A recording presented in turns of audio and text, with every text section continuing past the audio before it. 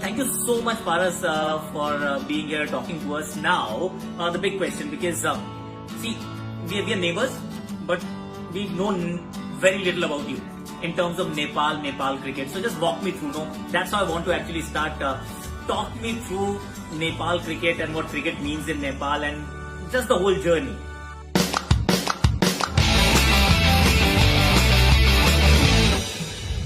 It's been a bit of a journey. If you talk about cricket in Nepal, I think we're in this stage where we've just got ODI status. That's what 2018. But I believe our first affiliation to international cricket was in 1996 when we first played the ACC trophy. That was in Malaysia, and we got the ICC affiliation, and then we became part of the whole cricketing family as such. And then after that, we've started to participate in ICC events.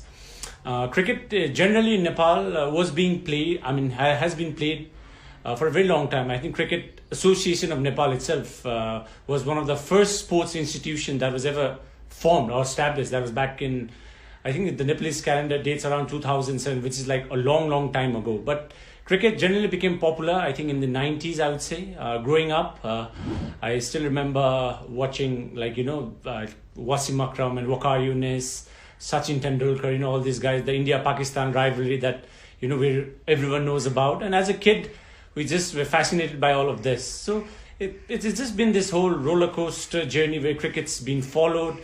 We always wanted to have a cricket team that, would participate in international events. And over the last 10 years, I would say, Nepal cricket's done exceptionally well. We've done well at under-19 levels. I remember back in 2002 in the under-19 World Cup in New Zealand when we beat, we beat Pakistan and Bangladesh. And I remember I was in school.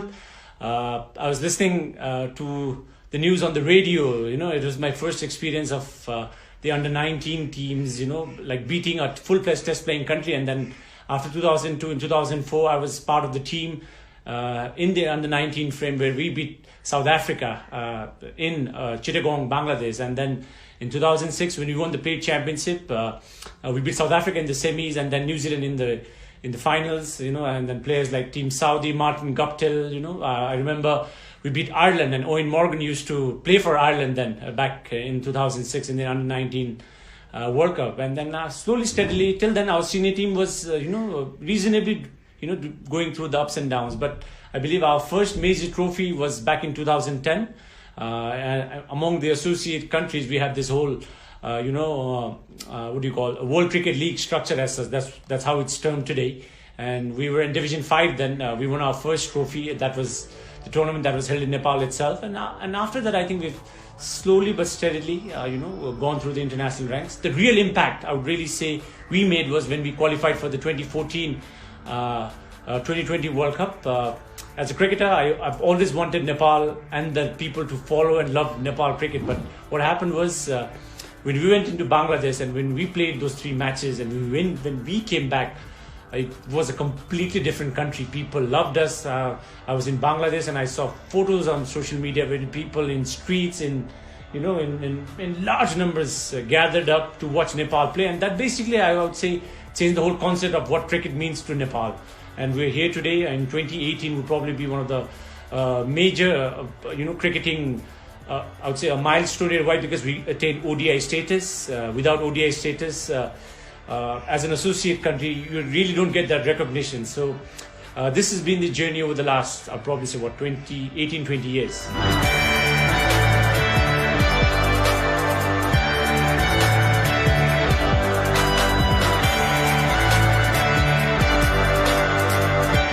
While growing up, was cricket a viable career option? Because when I was growing up in India, my father was still skeptical, even though India was India and India is still India.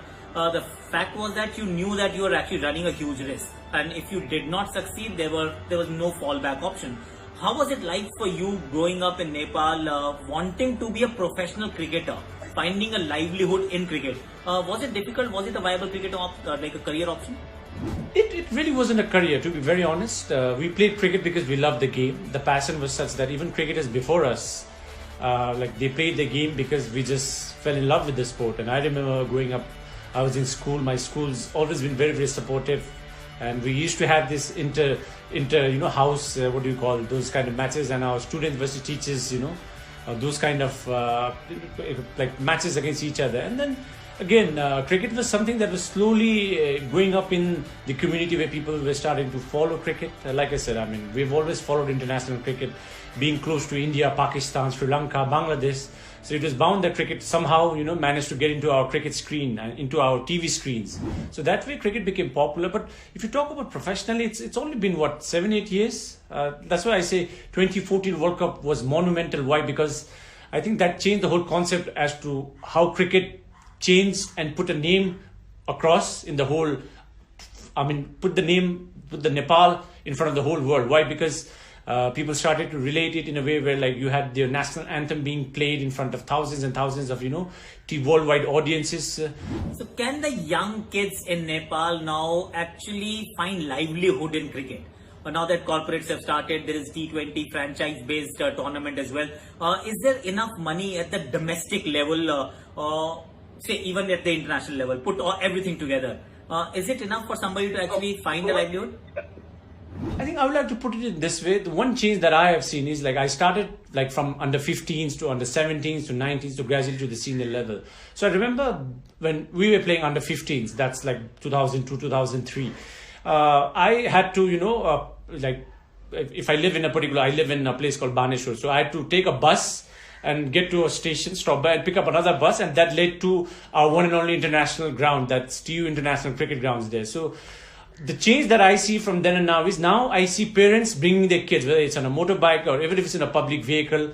Parents have started to bring their kids, to come watch them play. So that's a gradual change that I have seen. So that it in itself is a big mark, the change that I see as to how things have changed over the last 10-15 years. But like I said, it's going to take a lot of effort in terms of managing things. Why? Because initially there weren't enough people to support it. Now we have the resources, we have enough corporates to back it up in the right possible manner. So that way, if we can invest into this game properly and set up a structure, set up a domestic structure where there's regular cricket, because Nepal, being the country that it is, we have a very good, I would say, a weather pattern, where weather window pattern, where, like, probably if not for 2 or 3 months of monsoon, you can play cricket for 8 to 9 months. And that way Kathmandu itself is blessed with good weather. So with everything around us, if we get the right management in place, I believe Nepal cricket will definitely prosper. And professionally, I think there's been a lot of changes that has come into place. So it's all about now, prioritizing what's important. The cricket team, which is functioning very well right now, to invest into them, into the youngsters now, setting up a structure where, you can rely on. And again, it has to be a system where, like in India, you don't need to produce a cricketer. There's a cricketer every second day that's being born. And for us as cricketers, if we get that exposure, I believe the talent is there to excel at the international level. Has Sandeep Lamechhane, the leaps that he has taken, coming to the IPL, going to the CPL, Michael Clark spotting him and all of that, has that changed something in terms of how cricket is now being perceived by the younger audience? T20s, IPL, it's being followed everywhere, and there is this one kid from Nepal who goes and makes a name for himself, and he's been appreciated everywhere. He's got serious talent. But I also remember you saying somewhere that he's not even the best bowler in Nepal at this point in time, but he gets that gig. So how much of a difference that Sandeep's now these exploits have made, and also are there better bowlers than Sandeep in Nepal? I think Sandeep's probably, he is the best spinner in Nepal currently, and we've had spinners. We still have a spinner called Basant Rigmi, which I believe who should have probably played the IPL, even like if he was probably the best left arm spinner at associate level. So unfortunately, it didn't work out for him. But having said that, right now Sandeep's doing very well, and the change that I see is right now you see kids, everyone wants to turn the arm over. Like I just went for practice, like just, it's been couple of days after 80 days of lockdown. And I see youngsters even at the TU grounds, like the groundsmen who live at the ground themselves. There are a couple of young boys who want to, they started to bowl leg spin. And I see that the whole impact that, Sandeep's brought upon, where, now people believe that if he can make it to the IPL, why can't I? So there's this whole concept where people have started to believe that a kid who's come from nowhere, who's representing Nepal, now is playing at the highest level and representing Nepal, representing his country in so many different leagues. So that way it's brought in that belief that it's possible. But again, there is talent in this country, and I've said this time and again. We've beaten. I have played against, if talk about 2004, when I played my first under-19 World Cup, I played against the likes of Alistair Cook, Liam Plunkett. These are all part of the England. Ravi Bopara, this is part of the England squad, and then like Morgan, and then Luke Wright, who's I just played with him in the T10 league in Abu Dhabi for the same team. I remember talking to him as well. And then over the years, we have guys who played against some of the best players at under-19 level and beaten them. But it's just about that exposure, that leap after the under-19 levels. And without a structure, it's hard. Why? Because to become a good cricketer, what we have learned is you have to play against better teams. You have to get beaten day in, day out. And then you go through that grinding process and eventually you become a better cricketer. So for Nepal and I would say for all our cricketers, if we get that exposure at this stage, and I believe we have a bright future, provided we set up our own structure in a way, but the talent itself, if we put it into that cricketing environment, will definitely excel. I think talent is not something that the southern Asian continent actually we struggle with. We have enough cricketing talent.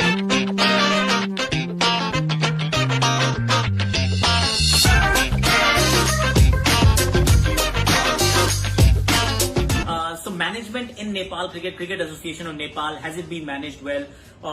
What are the things that can be changed and should be changed for Nepal to actually become a force?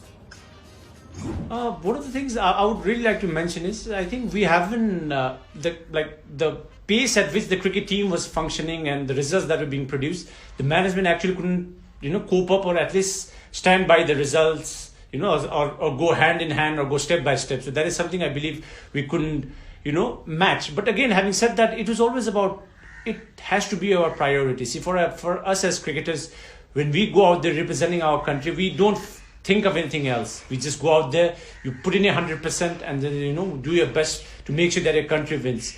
So if you're into a management side of things, it has to come to a priority where if you hold a certain position in any management position, you should be accountable for what you do. So I believe that's where we have lacked. We haven't had enough people accountable for what they have done. So the results wise, yes, we always did well. We won here. We managed to, do well on a cricket field. But off the cricket field, has there been enough development? Is a very big question that we ourselves, we've been asking to our management. Unfortunately, over the last, 3.5 years, we got suspended as well from the ICC. There was a time when we were directly under the ICC and we were just going on tours. The funding was completely stopped. And just 8 months ago, we got reinstated. But that also under a clause where it says, I don't know, it's a term that they use as some fund where they'll control the funding, but the suspension has been lifted, but not fully. So hopefully we can earn the respect back from the ICC. It's very important that for that to happen, we need to show some good groundwork level, some planning as to how we want to set up things. Right now would probably be a very tough situation because it's not just Nepal, it's the whole world that's suffering because of the COVID-19 situation. But I'm sure the Cricket Association of Nepal and everybody around it has learned its lessons, and it's about the game. I think the kind of passion that the players have shown, that's the exact kind of passion that we need from the other side. And if these two actually come together, and we will definitely become a cricketing force to reckon with. Paras, 10 years, a decade as a captain, the most successful Nepal captain, got the team to the one-day status, first batsman to score an ODI century for Nepal, first captain to score a century in a run chase in a T20 international, all of that, fantastic. So well done on that for sure. But why suddenly, like when the suspension gets lifted, that is the time you give up on your captaincy? What exactly is happening there? Why do you not want to lead? You're only 32. No, I think a lot of people have asked me about this. I think eventually it was about, over the last 10 years of me becoming the captain, there were times when as players we have gone against the association, where we have boycotted certain national tournaments, demanding, cricket development has not gone in the right way. The players have not been treated, in the right frame of mind. So there have been a lot of ups and downs with myself being the leader of the pack, where we've gone against the system. And there's always also this rumor that a lot of people put into us that cricket Association Nepal went into suspension because of the players, but which is false, because it had to do with other monetary terms or other financial aspect, accountability or whatever that ICC had to do with Cricket Association Nepal. So for me, I think I wanted to give CAN itself a fresh start, because for me myself, see, it's been already been 10 years of leading the country, for a person who actually never dreamt of representing Nepal. I got that opportunity to play for my country, and again to have got the opportunity to lead my country was a blessing. And the results have been possible because for me it wasn't about me, it was about the team. It was about this honest bunch of individuals who day in day out put in that effort, and that honesty produced the right results. And that way I believe that when the time came, it was about time that it had to be handed over to somebody. And for CAN to be reinstated, I think we didn't want to go into that whole huddle of whether who should be the captain, whether I should still be the captain, because I remember even after giving up the captaincy, I did get calls from CAN saying like, I think you should reconsider. But it was a personal based decision where I believe I myself wanted to enjoy like whatever remaining time period that I have to continue as a cricketer and just enjoy the perks of being a cricketer. But again, it's not just important that you become a captain and you contribute to a team. I think any player can contribute. A leader is somebody who takes responsibility for his actions. So for me, I think even if I'm not the captain, I believe there's a lot more that I can add up to the Nepalese cricket team, and it's just about supporting each other. And in the end, it doesn't matter who the captain is, as long as we produce results on a cricket field, as long as Nepal is winning, that is what will matter to me.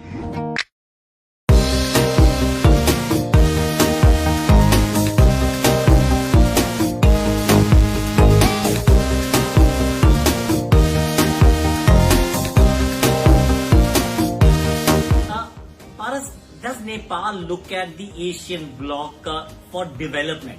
And why I ask you this question is because Nepal is very strategically placed. We've got a very strong Asian bloc. You've got Bangladesh, India, Pakistan, Sri Lanka. Now Afghanistan is also making an impact. They're a test playing nation. Now Nepal is a one-day playing nation. But do you expect a little more from the Asian bloc? Because if, as you earlier mentioned on this very interview, that you have to be beaten every time. Like every day you need to get beaten, and then you get up and then you become better. But that you can only become better if you're playing better countries. If you're only playing associate nations, how do you develop? So do you look at the bigger boys in the bloc? We need that. We need to get that exposure. It's as simple as that. It's about setting up our domestic structure where we have our players from India, Bangladesh, Sri Lanka come and play, and our players especially go into and play in all these leagues. I remember when even before, like 1998, Bangladesh and Nepal played the ACC trophy finals in Nepal itself, and now Bangladesh is a full-fledged test playing country, and we haven't taken that break or that step from there. So we need that exposure where we have such cricketing giants all around us.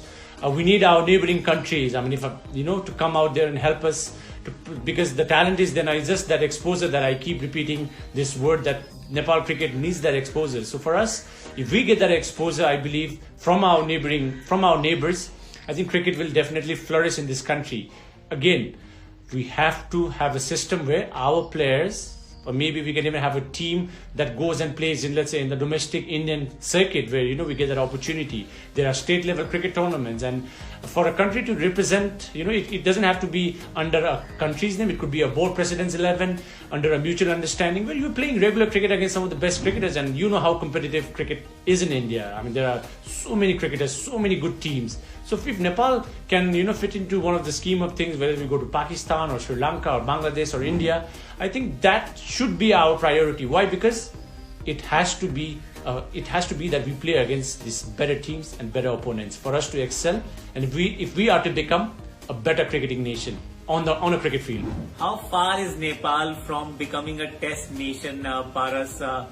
Give me a long shot, a short shot, whatever. But what's your instinct saying? If it's a 10 to a 12 year program, I see, from, let's say, if it's 2020 now, right? If we put everything into place, because I see a lot of positivity around where how people are starting to respond to Nepal cricket, and even in the country itself, because if in the end the people inside the country have to recognize the sport and value it. So I believe because of the results that we have produced, it's going to take 10 to 12 years, and it'll come under ICC's provision as to how they want to give a test status to a particular country. But again, we have the biggest fan base. Our fan base is among the best in the world. If you talk about, we'd probably beat some of the best test playing countries. If you talk about viewership, if you talk about number of people that actually follow the game when Nepal cricket's on a cricket field. So that way, if we can set all of that up, I believe it's gonna take 10 to 12 years. I would love to see Nepal become a test playing country. I think that's one of my ultimate dreams. Unfortunately, I won't be part of it as a player, but I would like to play some role if I can from my part to make sure that Nepal reaches its destination. It's a dream. It's a possibility. If it was not possible, I'm not somebody who will just sit down and talk about it for something that's not possible. Because when we said we could achieve and reach a World Cup, most people laughed at us. And when we actually made it to a World Cup, people are like, yes. Now that we've got ODI status, people are like, okay, they've achieved this as well. But this whole journey of becoming a test playing country will take a lot of effort. It's not just the results on a cricket field. There's a lot of things that you have to, tick the boxes, as they say, outside the cricket field. So we're following in the right pathway. It's a 10 to 12 year journey, and hopefully by 2030, 2032, maybe I'll be at one of the cricket grounds. Maybe it could be in our home cricket ground that we'll get to see Nepal play its first test match, or maybe it could be against India. Never know. Fingers crossed, toes crossed. Hope that happens. Just the last question, Paras. It's about the situation right now. So COVID-19, how it's hit the world. It's come to a grinding halt and all of that. Most countries, every country is going to take a hit. We've seen Cricket Australia struggling. We've seen Bangladesh laying off people, or Afghanistan actually cutting the salaries by half. CPL has now come up with another reduction of player fee. So Cricket Association of Nepal, in these times when the funding is going to be an issue and sports actually is very low on the priority list, everything else is far more important than sports. So from that vantage point, that point of view, Paras, how much is it going to affect Cricket Association of Nepal, cricket in Nepal, that young kid who wants to pick up the bat, will he get the ball and bat to play? That's my bigger worry, bigger question. I think it's something I won't be able to answer you right now, right away, because like I said, there are bigger priorities that needs to be taken care of at this stage of our lives itself. Cricket's a part of it. Cricket's brought a lot of smiles to a lot of people in this country, but again, right now, it's just people who are working every day, to make Nepal a safer place. The health workers, the medical staff, the security people, everyone around who are pushing themselves. It's going to affect. I think COVID-19 has affected everything around it. So cricket's a part of it. I hope we can come out of it with a lot of positivity. Why? Because the only thing you can live by is hope. Hope is the only thing that keeps everyone alive. And as a cricketer, as a responsible citizen of this country, all I like to address is we need to stay strong, stay positive. This is not going to be easy for any one of us, but we'll have to stick by it, stick together. And this too shall pass. This shall pass like anything else. Chalo, thank you so much, Paras. Thanks a lot for doing this. Thank you for this whole, for us as cricketers. I think it's great that talking to somebody like you, I think it'll give Nepal cricket an exposure, and hopefully with the right platform, Nepal cricket will get that opportunity in future. Yes, boss.